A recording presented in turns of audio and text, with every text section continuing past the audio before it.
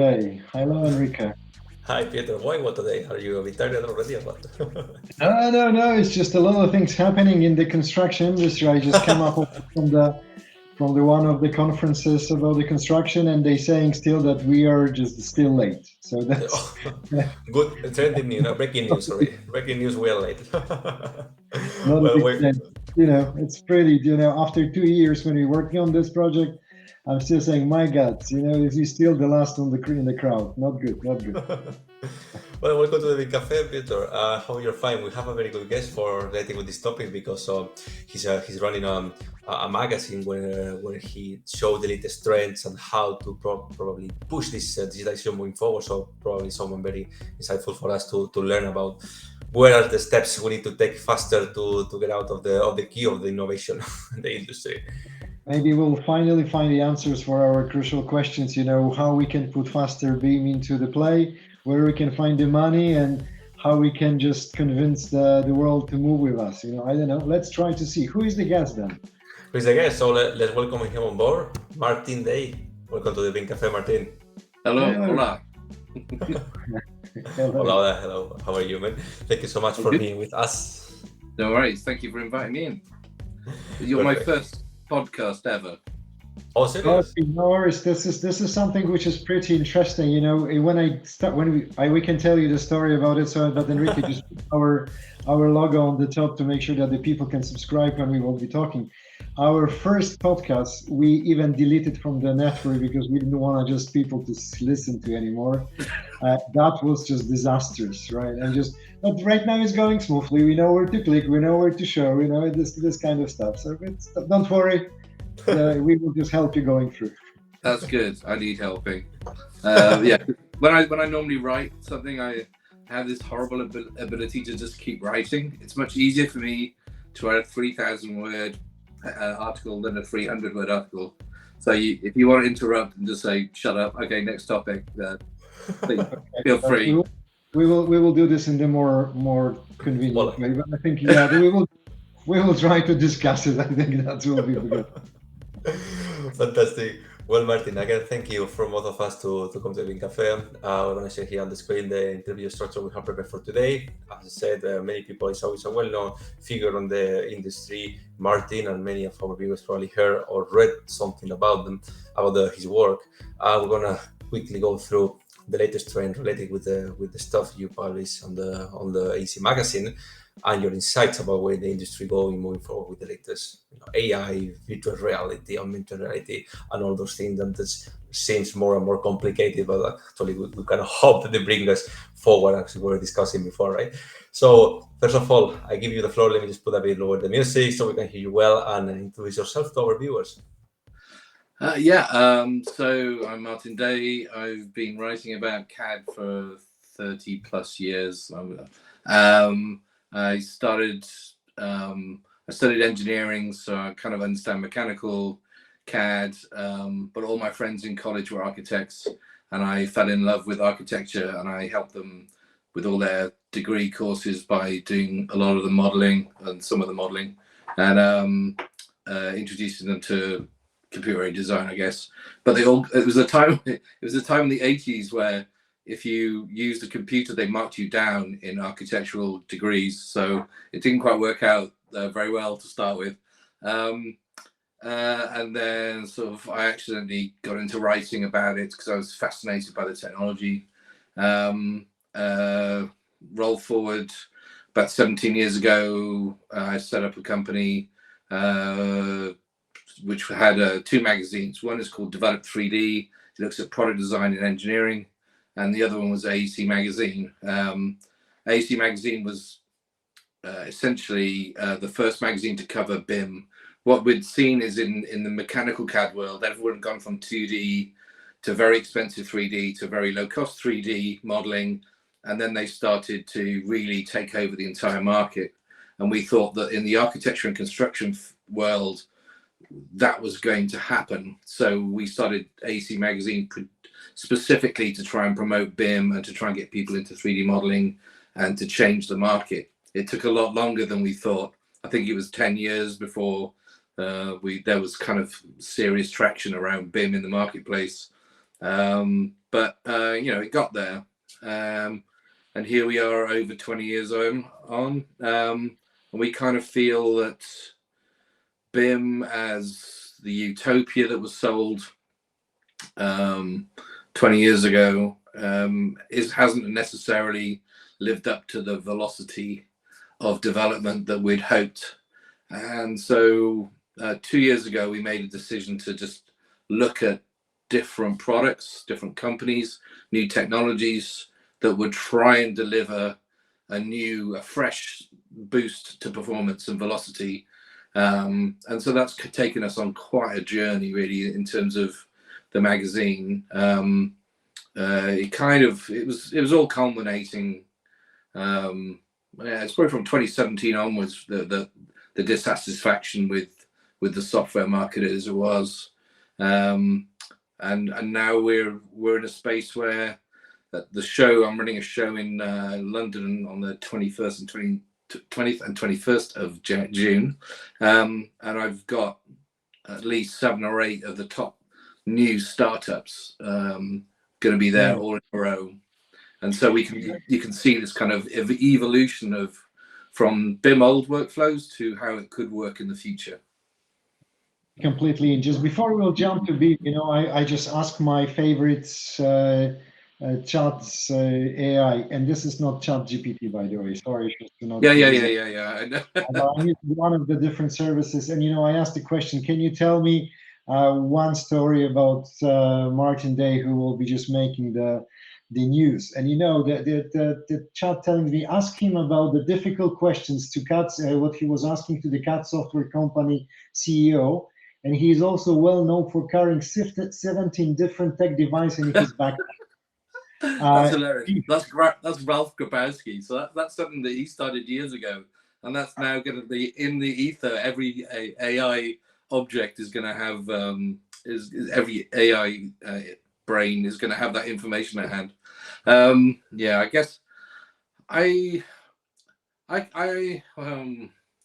don't have a lot of respect. I don't get scared about people who are in power. I don't particularly like power, but I kind of feel that everybody really is just a human being. Everyone's got an arsehole. So you just treat everybody as if they're your equal. I don't care what job you're in. This probably started when I first met Keith Bentley. There was a kind of like a launch party in Italy. And I decided to talk to him while he was standing in the toilet, having a wee in the toilet. It was just like, "Hi, I'm Martyn. Nice to meet you." And are you shake the hands in the same moment? I didn't shake his hand, but I did ask him if he always wanted to be CEO when he grew up, which I thought was an interesting question, and he said no. So I think that was quite a good bonding question. But it's I just feel that the people, there needs to be less hierarchy. People need to be closer to the software vendors, so the software vendors can actually hear what they're doing to customers, but also what customers want. And I think that a flat structure is always, Bob McNeil, that kind of just somebody who's so easily approachable. I know it gets difficult when you got 2 million customers or 5 million customers, whatever. But I like firms with flat structures. And if your company doesn't have a flat structure, when you meet me, it's going to seem like you've just walked into one. So it's a trait, unfortunately. Nice. Good. Enrique, so are we just going through the presentation, or are we going with the free flow? How are we planning doing this today? We go for free flow. I just since you mentioned it, let me plot the presentation to start the flow. No, just basically, Martyn is said he mentioned already on the AC magazine. You can see the latest trends. I'm writing about many different new apps, startups, or technologies that come to the market. In a nutshell, you want to tell a bit about what you guys do on AC Magazine, and from there we can start to see what are the latest trends, what are the more interesting, which can be the most useful ones. No? So let's start the free flow. It's all free and it's all online. If you go to acmag.com, you can search through 17 years of articles. Maybe you could even train your chat GPT on it. I don't know. I use it regularly to go and find out what I thought about something 10 years ago. So it is quite useful. And plus there's an online issue kind of PDF based version of the magazine, so you can see the layouts. We do love layouts. We love graphics. We still make a paper magazine. We still do layouts and print. It's only in the UK, but we do have an old school appreciation of a nice layout. So yeah, what's new? Well, I think before you kind of decide what's new, you have to say what was wrong and what was old. And in my view, we're at a crossroads. So Carl Bass, the CEO of Autodesk a few years ago, told me that there were always, whenever there's a platform change, you see software companies fall, new companies rise, and all software companies, all established companies with lots of customers fear platform change, because platform change means that somebody from the left field can come and take away your business. I mean, WordStar and all those kind of big DOS products didn't make it across to Windows, and we've seen this happen with Unix. And in the mechanical CAD space, we saw PTC, and there was a whole load of huge old Unix-based CAD systems that were absolutely ravaged by SolidWorks when it came out. And that's a lesson for everybody: is that when you change platform, there's a potential problem. So do it yourself before someone does it to you. And I think that what was expected, and what 5-10 years ago, was that cloud was going to be the next platform, and this next platform change was going to be everybody dumping their workstations and moving to the cloud. And it hasn't really played out like that. It isn't really playing out like that. Or if it is, it's happening over a lot longer period than people expected. And so you look at Autodesk, and back in 2015, I was complaining about the lack of development in Revit, or the lack of development of the product. And meanwhile, the other side of Autodesk had developed Fusion, where it had really embraced the cloud and was really trying some brand new computer science to bring a modeler to the market. And the actual difference was that Autodesk's AE side owned the market pretty much. It was number one in most places, maybe not in mainland Europe. While in the MCAD side, Autodesk didn't really, it was third or fourth in the mechanical CAD phase market. So they were in a gunfight, and they knew it. While on the other side, didn't have to spend much money, do a lot of research, because it already owned the market. Why break that market? So I think that Autodesk was early in experiment on one side, and then what happened was, I think it because the cloud didn't make such a big difference so quickly, and I think software companies realized that it was really expensive to develop cloud software, and it would take a lot longer than they thought. So we've kind of ended up with this very slow, drawn out mess of some things being on the cloud, some things being on your desktop. And the cost of GPU is really expensive on the cloud. So software companies have tended to dump the GPU bit down to your workstation, which still means you need a decent graphics card. So they're kind of using resources wherever. If you had to pay for a cloud application that used a desktop, a cloud GPU, you probably wouldn't want to pay the subscription money if you weren't absolutely using it all the time. So we've kind of... Martin, so sorry just to interrupt you, but I think you're addressing the important fact, but this is only part of the visualization, the graphic, right? Which is the one part of it.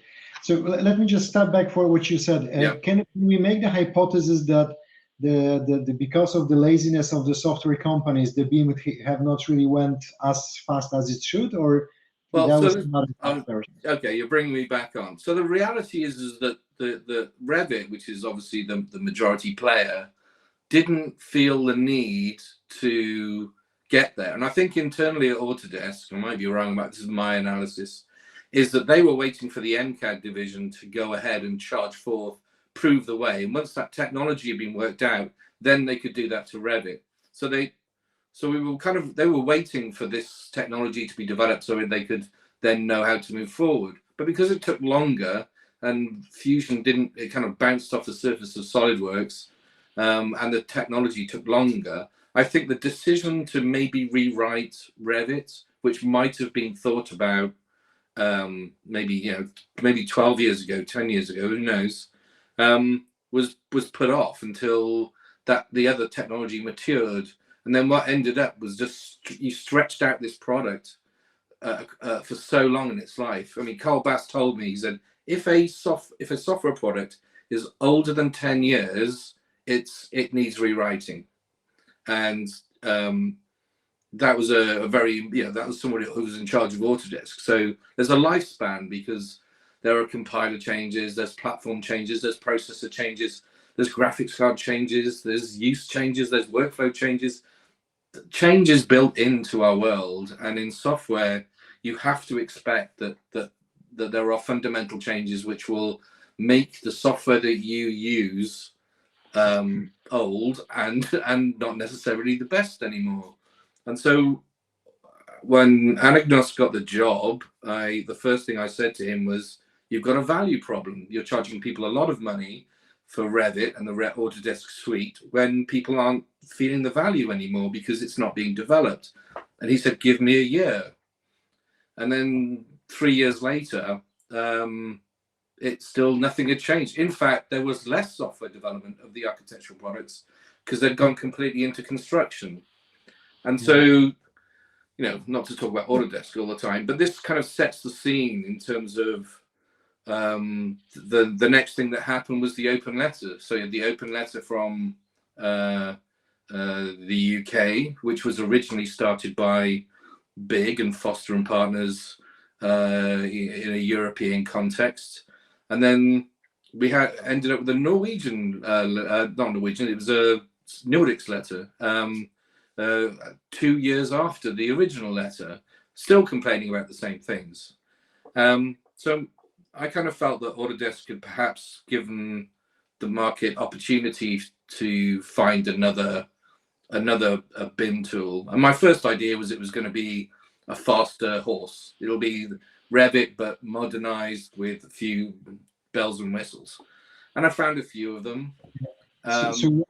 Sorry, Martin. So when you're talking about it, I hear you, I understand it, but this is still you addressing the part of the CAD industry, which is very important for me. Mm-hmm.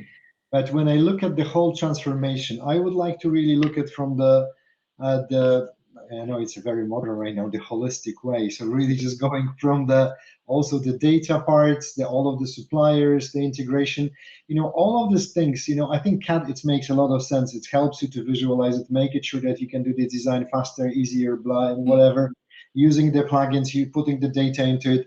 But really the whole benefit, which any of the editors do not really have right now, and they're not really interested in, is the flow of the materials, is the flow of the data, because that's where you can look for the full cycle from the design to construction to the operations to the.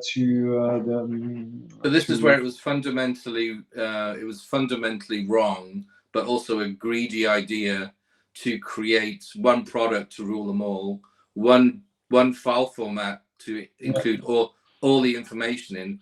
Because there's no way that file could hold all that information. Yet Revit essentially wanted to be everything, and so did ArchiCAD did to a certain extent, but it didn't have all the other bits and pieces that Revit had. And so the idea that you had this file that would grow to be something that you couldn't load, or you'd have people. I was talking to a friend, and he said that he got called in. He was the BIM manager, and his boss wanted to know why. Every morning he walked in, everyone was hanging around drinking coffee for 40 minutes before doing anything. He said, "Oh, we're just loading the model." I mean, that was built into the time. So there is the basic concept was wrong, and also even if it worked, the reality is that we're a federated industry, and so you end up with an architectural model The structural engineers build their own model because they don't trust the architectural model. The construction model is there because they don't trust anyone else's model. Everyone has to try and negate other people's errors. So we ended up with the multi-model BIM nightmare. And at the end of the day, the MEP engineers were normally the one that got all the bits together who could do the clash detection because no one else had all the information. And it wasn't a great workflow, and it's messy. And the other thing that was bad with it was that instead of helping automatic drawing output, people didn't like the drawing output. So they ended up sticking it in AutoCAD and making edits, which broke the link with Revit. And so then they had to go back into the model and output the drawings and then get it into AutoCAD and make the changes again. And I love it. I remember going to see an architect who literally would go into the AutoCAD drawing version of the Revit drawing and then start altering the dimensions and leaving the model and the drawing exactly the same, because it was just quicker than actually editing the model, which everything breaks. And there were lots of people, I'd say the vast majority, I'd say it's probably around 50 or 60%, don't necessarily use BIM in the way it was intended. And I think that the output has created a mushroom of drawings, which then become a problem because they need managing. So you have to spend more money to buy more tools to look after all these drawings that you're creating. And if you look in the mechanical CAD world, they create that beautiful model. It's one-to-one. It can actually go and be digitally fabricated. And then the next thing is that all the drawings that come out of it are perfect one-to-one. They don't stick it in AutoCAD and start editing them. They just accept the output and move on. And the problem for the construction industry is that people get sued on their drawings. They don't get sued on their models. So the thing that's really important is drawings. But the thing I keep getting asked when's it coming, is when can we get rid of creating drawings? Because it takes so much time and so much software. There's a moment here, sorry, Marty, there's a moment that when the models become part of the contractual agreement, that will be, I guess, a moment when people start to take them seriously on that, no? Because at the end, you can say, oh yeah, I'm gonna do a model for you, it's gonna be fantastic, but at the end, by the contract where you sign is to have deliver a bunch of PDFs of the WGs. So people is where they put the effort that doses right. No, and this is always a nightmare to finish off a construction to do the as-built things. No? But things like Conic, which have been developed with a primary role at the moment of trying to do the detail part, because the detail part is the difficult part. It's the bit that is different to mechanical CAD, and to actually, the really important thing is how things fit together and how well that's documented. And the only way of really doing that, according to Conic, is through a real solid modeler as opposed to all these kind of other facet modelers. So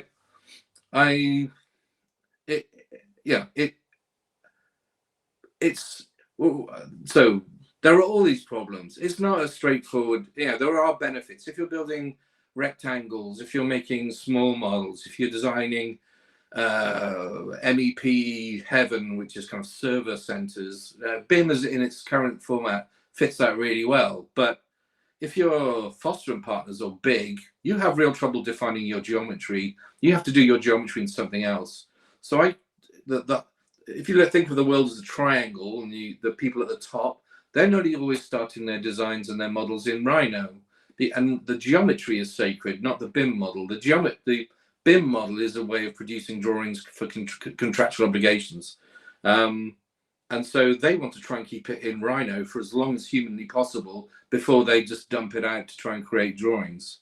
So they have a different workflow, and all these actual companies have different workflows. When the open letter came out, and it kind of woke a consciousness in the industry that people piled in on Rhino, and they all rang up Bob McNeil saying, yeah, this is a problem, help us out. And I spoke to Bob, and he just said, I'm just fed up of hearing everyone's got a different workflow and they think we can solve it in Rhino. And it's not possible because there's no set workflow in any of these companies. I love, whenever I've gone to Zaha's, I kind of ask them, what software do you use? And they said, well, it totally depends on the project. They get a project in, they assemble a team, they look at the team, they see what the team's skills are, and then they just define the software based on the skills of the team, which in some ways is actually a brave and clever thing to do. But yeah, it's good, but how many licenses do you need to hold for that? yeah, You need to well, have all the licenses already, right? I think they can afford it, but Yeah. I think there's this kind of thing has run out, and I kind of then started looking at new software and seeing, there's companies like I had a demo of Snaptrude just before lockdown, and I had Altaf was on the phone, and he was like taking me through the parametric model. It was very quick, but it was very simple, and I was kind of, all right, come back to you when you got something. It looks pretty good. And then the next time I saw it, he blew me away because so much work had been done to it. Every time I see it, they've done an incredible amount of work to that product. And I think he's 26 or 27, and he kind of makes me incredibly jealous to be that young again. So I speak to some very, very large firms that are multi-billion firms, have looked at the problem of maybe we should do another Revit. And they came back to me saying, it's going to cost $200 million and blah, blah, blah, blah, blah, blah. And I'm like going, there's this guy in India called Altaf. He's got $5 million. He doesn't care about anything. He doesn't care about what competition he's got. He's just going to produce a great product. How can a large fat corporate with all that money choose not to enter a market because they have come up with a number that's just incredibly outrageous? And I'm not going to say who, but it's still, it's from having looked over the last 2 years, there's a lot of really clever stuff coming out. I thought it was going to be a faster horse. And then I started seeing the AI stuff last year, and oh my God, I didn't know what to do first. I was excited by it, but then I started to feel a bit sick because all I just saw was people losing their jobs. So I've kind of gone from, wouldn't this be nice to have some additional competition in the market to try to shake it up, to, oh, right, okay, we've got something in here which can actually take a year's worth of work and deliver it in 40 minutes. This is a game changer. And there's a number of, I think there's a number of wants. There's a number of things that people want. They want automated drawings, so they don't have to bother with that. They want direct connection to fabrication. They want to be able to do connections. They want open, free-flowing data. They don't want to be locked in another proprietary file format.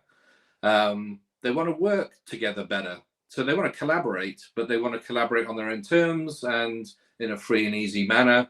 What else do they want? They want smart technology, so you can do a laser scan of a building and get something intelligent out of it without having to go through, sketch it out in a BIM modeler and manually create it. They want smarts, and I think that the industry is now even ahead of what the kind of lists that these people were telling me that they want.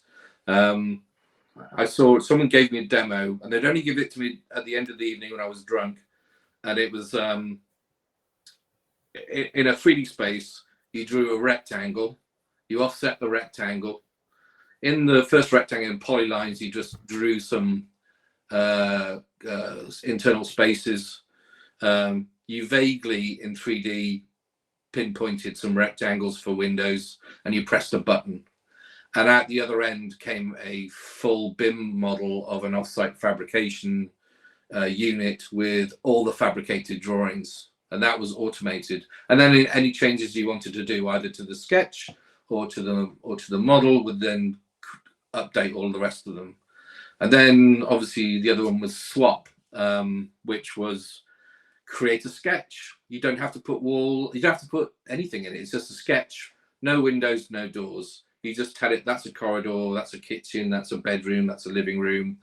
They'd have done the previous work by going through your past models and from that they can extract the kind of wall types and materials and the way that you used Revit, and they just apply it to this sketch, and then they orientate the building to whichever the best ways to make the use of light and solar gain or whatever, and it adds in all the doors and windows, and they're all to code.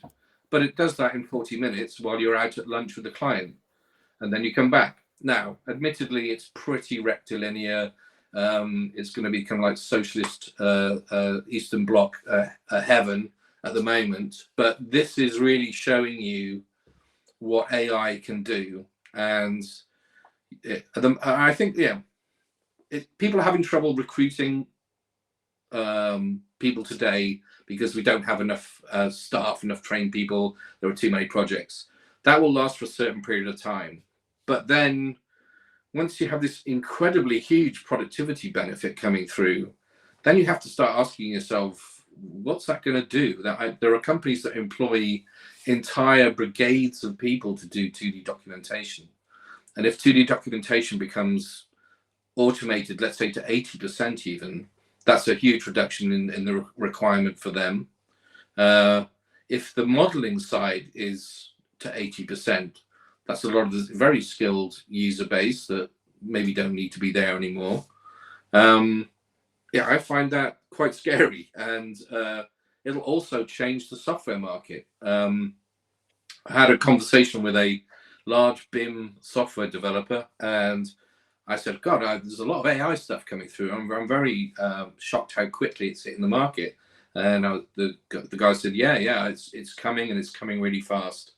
And then I said, people might not necessarily want to buy your BIM tool, but they might want to start something new, have a new generation, go and talk to these open letter people, and maybe write down what it is they want, figure out what if there's a plan, instead of selling them the same old stuff.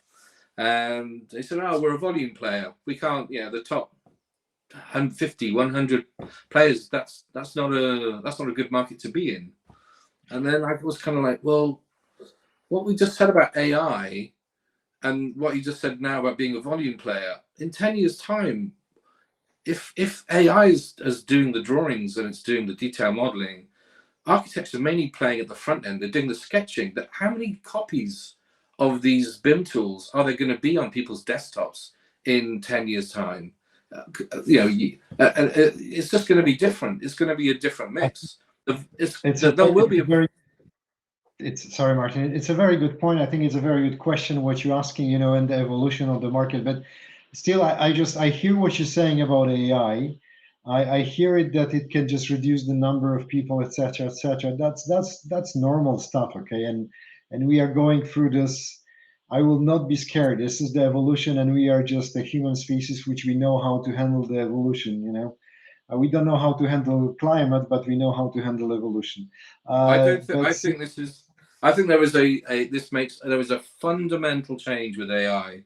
There's a great documentary that I recommend everyone watches called Capital in the 21st Century. It's also a book, and I won't bore you. The most of it isn't about this, but there was one talk where the guy starts off saying, we used to have a lot of horses. Before the Industrial Revolution, you'd get about on a horse, you'd take stuff on a horse, you'd load it up, you'd have power from a horse to wind a mill, or horses were really big. And then someone invented the steam engine. And then we got rid of a lot of the horses. There aren't a lot of horses after the invention of the steam engine because we replaced them. AI comes to the market in a similar way. It doesn't, it replaces the humans. And in this case, the way he described it most was that 50% of all the jobs in America are driving related jobs. In 10 years' time, those jobs will not exist. They might be that sat in the cab just to watch it, but they won't necessarily be driving. What do you do with that number of people in that short space of time if their jobs no longer exist? And that's just on one function. It's not on the higher levels like GPs or lawyers, or if I invented an AI GP, that AI GP could sit on a server and serve the world. It literally could then be a GP, because human bodies are the same everywhere. So you invent one instance of it, and that instance could be serving the world. That's a huge ratio of change. Even the steam engine didn't do that. So it's not so much that oh, AI is coming and it's going to rob, let's cry, it's not going to happen because we'll evolve. We're talking about 10 to 15 years of an incredibly rapid change where you're going to have the rich and the poor, the winners and the losers. And I've talked to some architects about it, and one architect, I can't really name at the moment, on his projects that he's working for, he has one architect on the project. That one architect is there to look after the brief, make sure that the design meets the match, and to design the facade. Every single other part of that building is engineered, and they have engineers working on it. And it's going to be about how can we fabricate this, and how can we do it cheaply, quickly, blah, blah, blah. And so you're going to see roles be less generic and be more focused, and maybe less people involved in those projects. So I would love someone to convince me that AI is not going to do a lot of damage in its introduction, but I cannot help but feel that it's the sheer pace that this thing's going to hit the market. I mean, the combination of cloud and AI. If cloud wasn't there, then there'd be instances of AI on every single desktop to do the stuff. But because it's on the cloud, one instance serves the world, and it needs to be very well thought through. No, but that's not the question. I think that the point here for me, I think, and I just read the papers from the ETH, the university in Zurich recently, and it looks that, of course, I'm not questioning this part, but I think the one questions what I have, we still have the part which is creativity, it will never be replaced by any kind of algorithm to do creative stuff. With all respect to all of the AI, which I really have, but the one part is there, and as well, all of the part of related to the combinations of learning, etc. I just put in the comments after the video. I will put the link to the articles. They are very fascinating. Of course, you are right. It will be changes. It will be a lot of changes coming to the industry. But my point is more about we already. And again, this is not about the horses. You have. With the horses, you have the guys who manage the horses, which we get rid of these guys as well, right? You don't need to have the I don't know the proper English word for the guy who just preparing and riding. It's a farrier. A farrier is the one who does the shoes, I think. Oh, you see, yeah, old school word. All of this went together, right? So yes, I hear you. I think that one of the key elements it's that, of course, the healthcare sector is something which I think it will be beneficial to all of us, because we can have at least we don't need to wait 10 hours in the queue to get some first assessment. So I think it will be good. But you say that about creative people. I remember in the summer I was away with some friends. We were just having a beer. These two friends of mine, they have a 3D Studio Max. They kind of make computer animations and corporate presentations for people, and they said to me they thought they were sat back saying, we will be the last in the chain to feel any impact from this, because we're creatives, we're artists, we're da-da-da. And he said within a month they were being asked by their clients to get rid of their voiceover artists that they normally do for their corporate videos, and to use this AI instance where you feed in the text and it reads it. So they did that. So that's immediately one set of jobs gone. Then they said they spent 2 weeks looking at DALL-E and Midjourney, because they felt threatened at that point. The kind of things that are coming through, people's expectations of what they get for their money is suddenly increased, and their customers understand what's going on. So they now feel, they're not cut out, but they're having to think faster and look at AI solutions for a lot of the work that they've done before. So it's already impacting creatives, but it's not a pure creative change at the moment. But you just only have to realize that the more it's used, the more it's learning.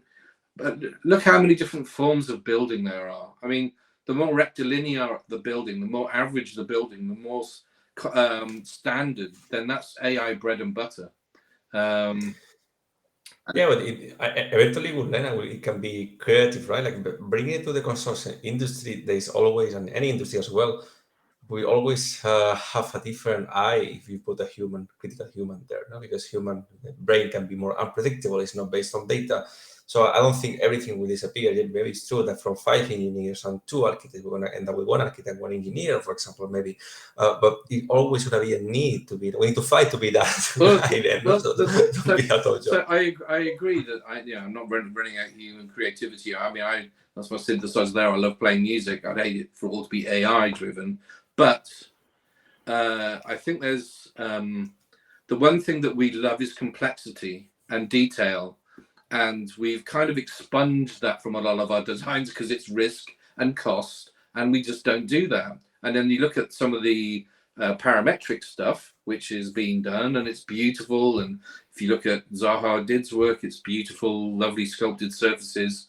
But architects lower down the pecking order would love to produce buildings that are a little bit more like that, but they know the cost problems and the risk of doing them, so they stay within their kind of confines. And AI linked to digital fabrication is not going to be linked by the same confines that we do with fear of risk, because they will be explicit. They will know exactly how to manufacture them, and they will know the cost and if they can pull it off or not. So you're not just competing with an artist. So my favorite, I was very lucky to meet, can't remember his name now. That's the, not Rob Grace, LA Cinema, LA, Mr. or Mrs. X. No worries. Just skip the name. I can't remember his name. It'll come to me in a minute. And he produces his buildings through CATIA, and he produces incredibly crazy, wonky buildings. And he was cooing that he could produce a wonky bent wall for the same price that Foster could produce a straight wall. And it's all because he's using CATIA to know exactly how to create and manufacture that. No one would build his buildings before he started using modeling, because once he gave these crazy drawings to people, they'd come back with huge risk factor based quotes. And once he gave them a model which was explicit, all his quotes came down to within 1%. So therefore, the buildings that he couldn't build before were able to be built now.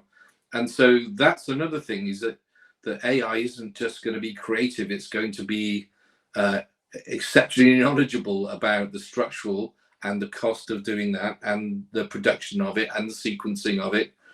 It's not just we break down our knowledge down to disciplines and to individuals and to teams, and that doesn't necessarily follow the same suit in AI.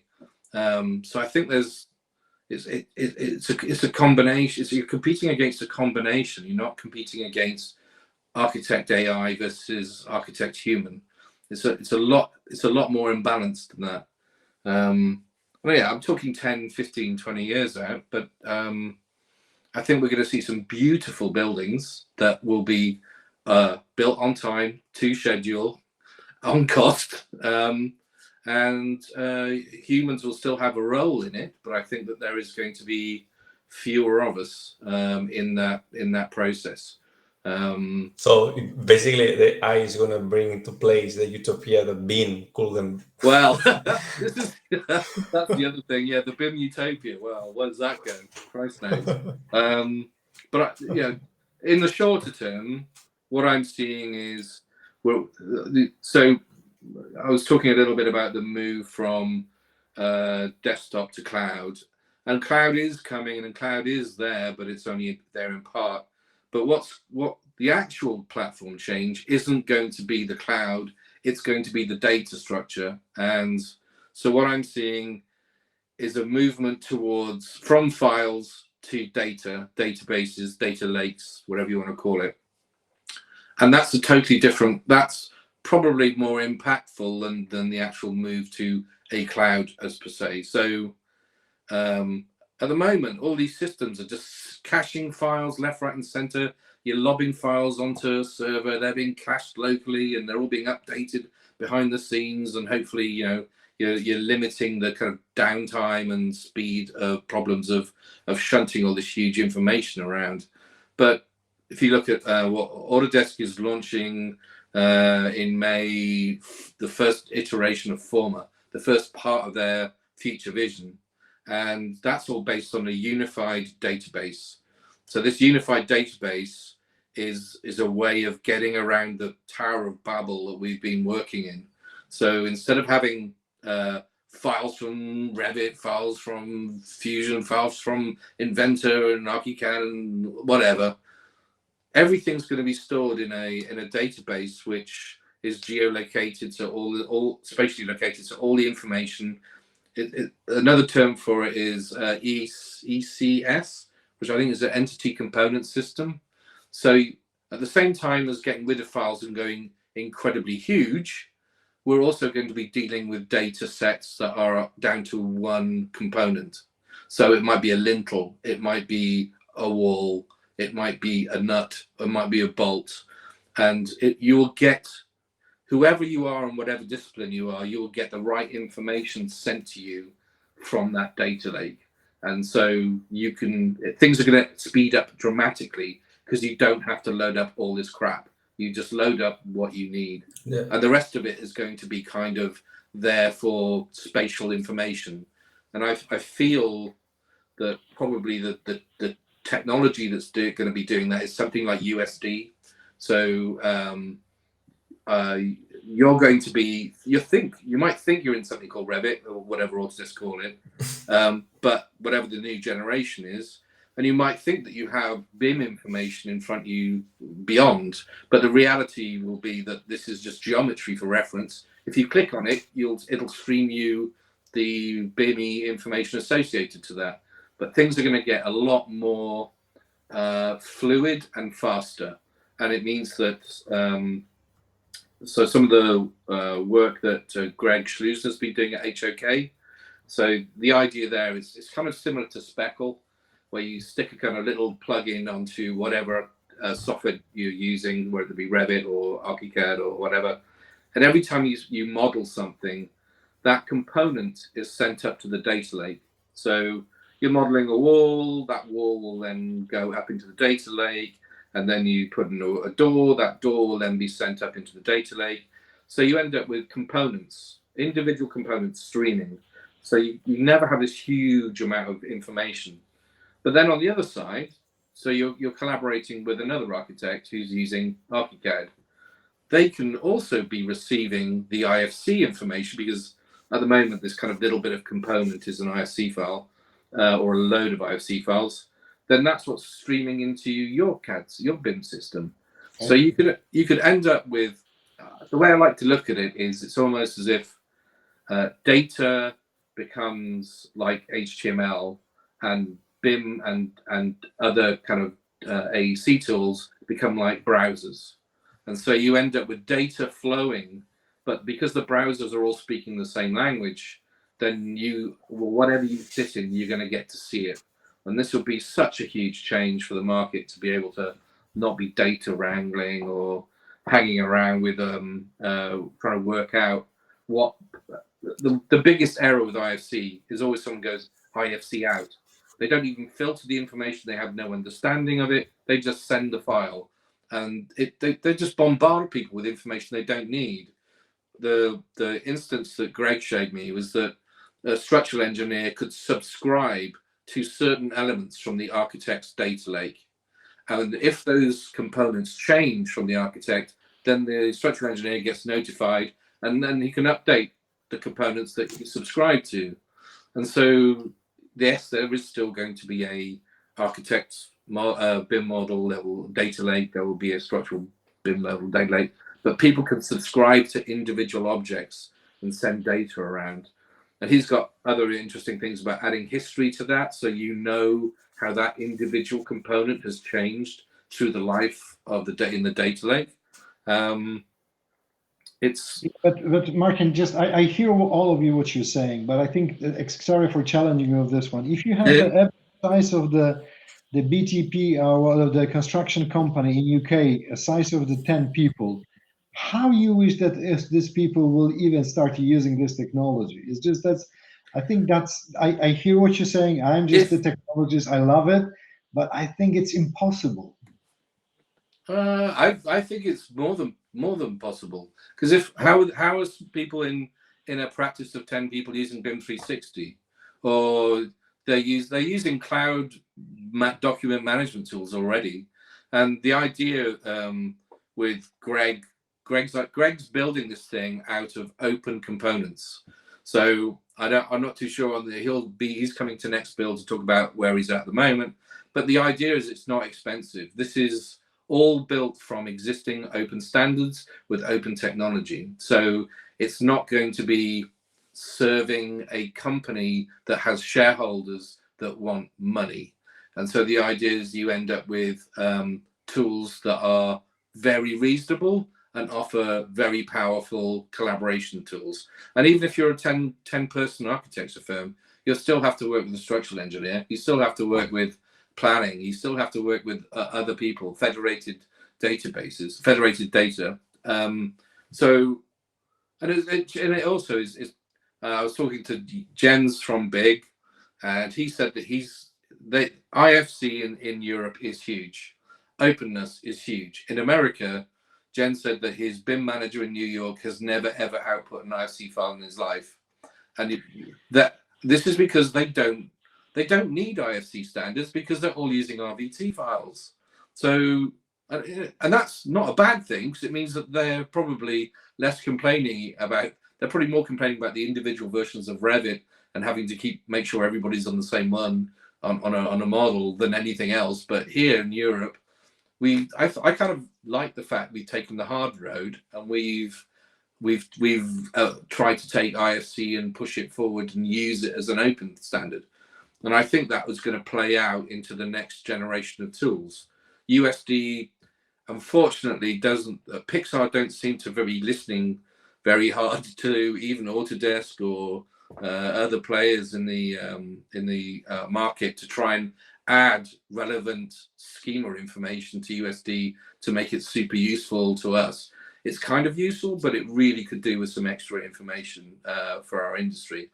But at the moment, we're going to have to wait and see how that plays out. But and then the Speckle guys. I mean, that every time I see a demo from them, since they were 2 years ago, they were telling me what a fantastic suicidal business model they have.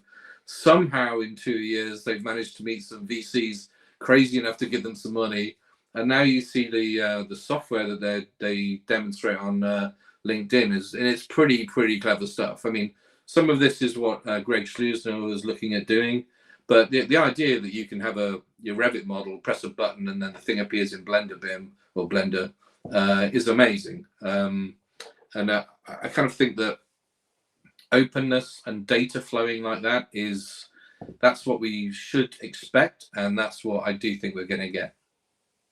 Very good. I think this is exactly what we are also just heading to, and we are preaching to the same church. I think that's exactly what we believe with Enrique and with the teams. That is open is the new world which we're supposed to use the construction, and I think the data flows and exchanges in the format which is not necessarily standardized, but you can still take a use of it. Yes, I think that's really the two themes, because all of the standards will kill us, and I think, and by the way, the standards also will kill AI, to be honest. I can tell you this one. So let's see.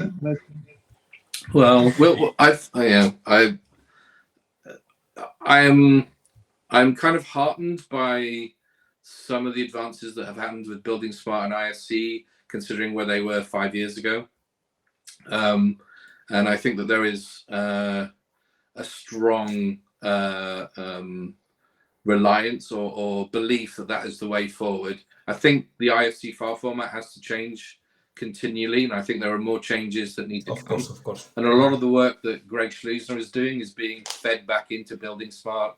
So the kind of capabilities that he's working with in his little Magnetar startup is going to impact IFCs in the future. But yeah, but that's the bottleneck, right? And just if you're fitting something to the one hole, you cannot expect it the hole be a black hole, right? And it takes a long time. But we have to. This is I'm for the first time in 10 years, 15 years even.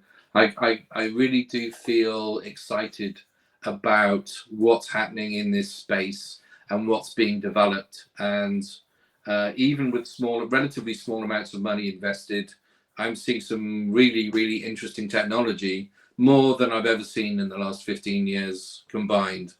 And not all of them, not all of them are going to work, but that's undoubtedly we're in a very exciting times, and taking what you guys said before about the data standards, the IFC, which I also believe on that, it is also a weak. There's a weak path working through. Try to push this as an open standard through standardization, because it is like trying to feed a kid some vegetables. You need to teach the kid that he will like the vegetables, so he will do it by himself. He will see the benefit of it. You try to push it with the standardization and forcing all of them to use this one unique template or data set or format. At the end, it's not going to go through, because things are coming post. I think they have way more reticencies from the people. I think the workflow problem is also huge, with everybody having different workflows and expecting different tools to do different jobs. I mean, so before the open letter came out, I decided to go and talk to about 35 design IT directors in London. I was kind of doing some research into writing about tech stacks and how different tech stacks are. I didn't expect the tech stacks to be so wildly different. There were certain opinions that were actually common between everybody. But the one thing that all these firms are doing, and they were like mid to large size architectural and construction firms, was that they were all fed up with the way things were at the moment, and they weren't seeing productivity benefits that they need. And so a lot of them were looking at other bits of software to replace, things like Revit, things like AutoCAD, and that they just wanted to try and move forward. And some of them were trying to do it with Rhino and trying to do Dynamo and Grasshopper plugins to try and automate the drawings at the other end of it. They were almost becoming programmers themselves to try and solve their perceived problems with the technology that they had before. So I don't. That's another question: should AEC firms be software firms? How much software is a good idea, and how? I mean, everyone needs to become a developer itself to create their own stuff. Well, ChatGPT allows. So for ChatGPT allows you to doing. That's why we spend a whole time talking about that's relevant. Yeah. So the first time Greg Schleusner was showing me some of this stuff, he spent some like $500 on Fiverr to get some bits and bobs of code written for him. And then halfway through last year, he was demoing me ChatGPT writing the Python code. And it's like, oh yeah, we've made some people on Fiverr already. But yeah, obviously there are very big limitations to how it writes code. But I think that there is the access. This is the other thing: is the access to code. We're all standing on the shoulders of giants. If for anybody to develop a new application, you've got Unity, you've got Unreal. You can so for instance, Snaptrude. I spoke to him, and I spoke to Altaf, and I saw it. I thought this is a great product, but whatever you do, just don't spend time developing a 2D arm. It's just an utter waste of your time. Develop this. And I said, go and speak to Greybook, because they've got a great thing. So yeah, Greybook CAD's going to be plugged into Snaptrude. So you've got a brand new kind of like BIM tool, but it's also using traditional AutoCAD DWG clone to connect the two together. So you can build something very quickly, because we've got all of this technology to start off from. Before, 5-10 years ago, you'd have to hand code everything. There were so few components. I agree. And I think that's the evolution what you were talking, and we are all fear of. But that's I think good, Martin. I think we need just to go and just to try to start and conclude it. I think it was really insightful to looking at the different aspects of the CADs and the design, and how That was a couple of the controversial items saying that, the software companies slow down all of the construction in innovation. So that was good. So We just check them out. Yeah, no, I really appreciate it. Great thoughts. I hope, guys, which you're watching us right now, you really just put some comments and thoughts about the way what we are talking about, what we spoke today. Great discussion about the impact of the artificial intelligence. So I think that's really important. As you mentioned, Martin, you will be on London on the 21st of June, right? So that's 21st, yeah. So we've got two events. So next build is on the 20th, and that's you can see Greg Schleusner talk about some of the technology that I mentioned there. But it's going to be it's kind of ETH, R&D, it's internal development, it's future technologies. And then we decided this year that there was so much new software that we found that this is a day for these new extra day for them. Yeah. Okay. Very good. So guys, thank you very much also for watching. Martin, thank you for being with us. Really just appreciate it. Enrique, if you can just push the nice button with just to show that you guys can subscribe to the channel, to the newsletter, more than welcome. I think we reached more than 8,000 people right now. I think on the LinkedIn, we're getting more than thousands of follow-ups on the company side. So great, guys. Thank you very much for doing it. No worries. That will help us just make our model sustainable and still being free for everybody, and just having the great people like Martin talking to us and enjoying the conversation. Thank you very much. Enrique, any closing thoughts? Any closing thoughts? Just come over 21st of June to London if you want to assist to the next big and next development, as Martin said, and learn more about all the new trends and software developers. And things we'll be discussing through this hour. So Martin, a big thank you from our side, and we hope to meet in person one day. If not, we'll see you around on the BIM Cafe. Come to next build. Yeah, we will be. Fantastic. Thanks very much. Thank you very much. Cheers. Thanks. Cheers. Bye. Cheers. Bye.